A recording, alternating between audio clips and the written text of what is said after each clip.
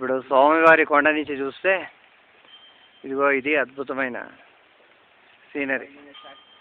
అన్ని కొండలే, ఆకాశము, కొండలు, కొండల మధ్యలో అద్భుతమైన మంచు కొండ బయటపడుతోంది మబ్బుల మధ్యలోంచి.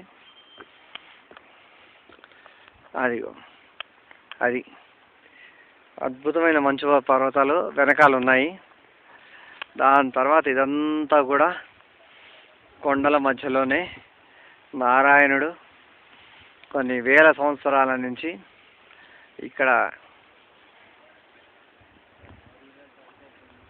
పూజలను అందుకుంటున్నాడు.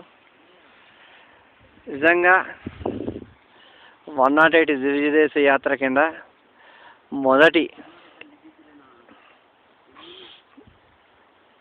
దివ్య దేశాన్ని స్వామివారిని చూడడం నా అదృష్టంగా భావిస్తున్నా.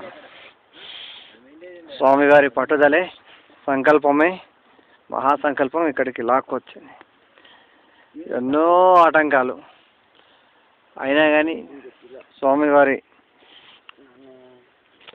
శ్రీ శ్రీ శ్రీ యతిరాజ నారాయణ రామానుజ జీయర్ స్వామివారి వల్ల మాత్రమే ఇది అయ్యింది.